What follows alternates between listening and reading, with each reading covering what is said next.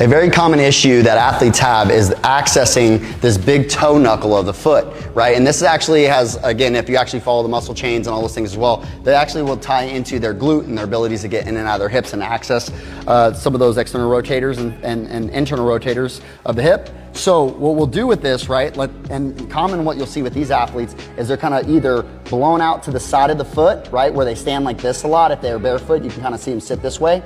Or on the other side of that, maybe they're just really shifted towards the heel and this one's just off and they're just connecting from here to here. So we're actually gonna force them into that part of the foot. So we're gonna use the black wedge, and we're gonna put it underneath the heel.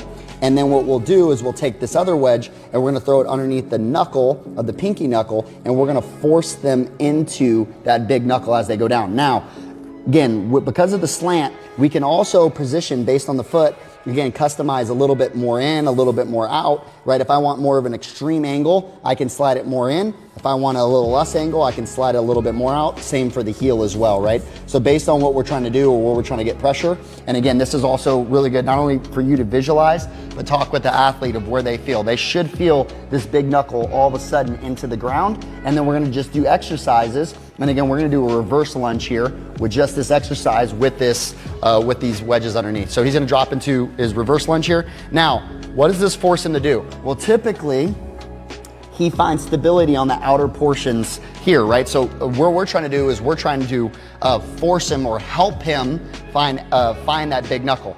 Now, another way that we can do this is he can come back up, and one of the things we can do is we can actually give him, lift the ground up to him and give him for that big knuckle underneath there as well. I'm gonna scoot it over just a hair, right? And give him that way as well. So this sometimes is another variation that can really help the athlete, where again, we kind of bring the ground up to them. Now, this kind of, in some ways, can feed the mistake, right? We can also take this other, we can take the black wedge away. Maybe we put this red one in here, and we can also slide it underneath the foot and really force them all the way to the outside of the foot. That's gonna really exaggerate, right? If they find stability on the outside of the foot, this is gonna exaggerate that motion as well. And then obviously, back the opposite way, right? If they struggle with that, we can go back to the other side here, right?